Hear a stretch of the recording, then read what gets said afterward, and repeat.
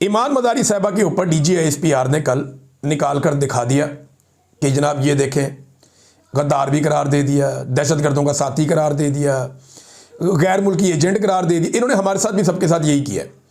यहाँ पे हमने भी वकला से रब्ता किया है, मैंने, साबर भाई ने, चंद लोगों ने हमने मिल के, कि जनाब ये जो हमारे ऊपर इल्ज़ामात लगा रहे हैं DGISPR, ये इनको साबित करें ना। अब तो हम भी कोशिश कर रहे हैं कि कोई ऐसा प्लेटफॉर्म हो जहाँ पे हम इनके खिलाफ मुकदमा करें। लेकिन ईमान मदारी साहिबा का क्योंकि केस अदालत में चल रहा है, उसी केस से रिलेटेड वही ट्वीटें उठा के DGISPR साहब ने प्रेस कॉन्फ्रेंस कर दी, तो वो ले गई इस मामले को अदालत में।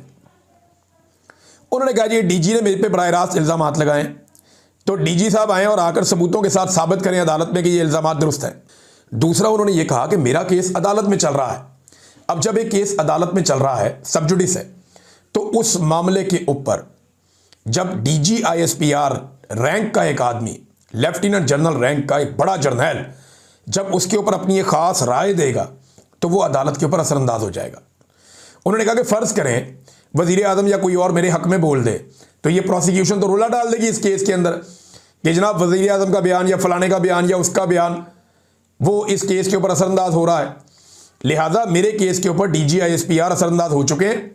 ये अदालत अब दबाव में है। ये अदालत का इम्तिहान है ना, बड़ा इम्तिहान तो अदालत का है। अब अदालत का फैसला मुतनाज़ हो जाएगा, इसलिए अदालत पहले DGISPR को बुलाए और बुला के उनसे पूछे कि जो आपने इल्ज़ामात लगाए उन्हें दुरुस्त साबित करें। एक अदालत में मामला चल रहा है, उसके ऊपर कैसे वो बात कर सकते हैं? लेकिन अगर उन्होंने बात की है तो वो सबूत लेकर अदालत में आ जाए। इन्होंने कहा कि DGISPR को तलब कर लिया जाए। तो जज साहब जो है ना, मजूका साहब, ये परेशान हो गए। जज साहब ने कहा हुन की कड़ी है, DGISPR को बुलाना अब किसी जज की औकात तो नहीं है ना, ये तो चीफ जस्टिस की भी औकात नहीं है पाकिस्तान में। वो तो DGISPR खुद आना चाहे और चीफ जस्टिस उन्हें उनकी इजाज़त से बुला लें तो वो आ जाते हैं। यहाँ तो एक मेजर को बुलाना बड़ा मुश्किल हो जाता है, एक कर्नल को बुलाना, जो OC होता है, उसको बुलाने के लिए अदालत पहले इजाज़त लेती है पाकिस्तान में, फिर उसको बुलाती है। बहरहाल DG साहब को बुलाना था। जज साहब ने कहा 5 मिनट दो, मैं 5 मिनट बाद वापस आके फैसला देता हूँ। इस बारे में बातचीत हो गई। अच्छा, वहाँ पे देखें कैसी नालायक किस्म की भोंडी दलील दी है प्रोसिक्यूशन ने कि जी DG ने इनका नाम नहीं लिया, और सामने स्क्रीन पे रख के चला दिया, सारा उनकी फ़ोटो चला दी, उनके ट्वीट चला दिए और उनको बाकायदा डिक्लेयर कर दिया गैर मुल्की एजेंट।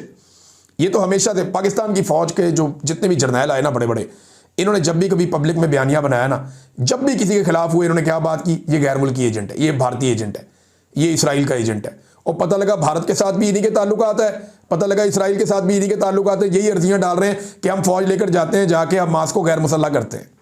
अच्छी बात है ताल्लुकात बनाना, लेकिन मैं कभी नहीं कहूँगा कि भारत के साथ बुरे ताल्लुकात होने चाहिए। हमारे जर्नैलों के भारत के साथ बेहतरीन ताल्लुकात होने चाहिए।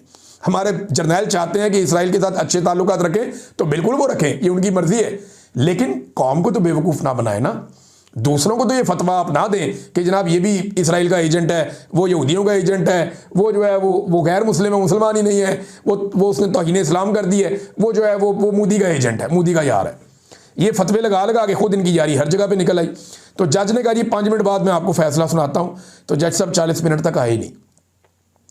40 मिनट के बाद बजाय जज साहब आते, जज साहब ने अंदर से ही फैसला भिजवा दिया कि इस दरख्वास्त को हम पेंडिंग कर देते हैं, यानी इल्तवा में डाल देते हैं, और 342 के बयान के बाद देखेंगे। 342 का बयान जो है ना वो एंड में जाके होता है, जब केस का फैसला आने लगता है ना तब होता है। हादी अली चट्टा साहब ने यह कहा कि 342 का जो बयान है ना, उसके बाद ये दरख्वास्त गैर मुअस्सर हो जाएगी, यानी DGISPR को एक तरह का इस्तिस्ना अदालत ने दे दिया। अब देखते हैं कि किस किस्म की ऑप्शंस मजीद मौजूद हैं ईमान मदारी साहिबा के पास, क्योंकि उनके केस के ऊपर बराह रास्त असरअंदाज हुए हैं DGISPR साहब। अब वो इन ऑप्शंस को कैसे इस्तेमाल करती हैं ये भी देख लेते हैं।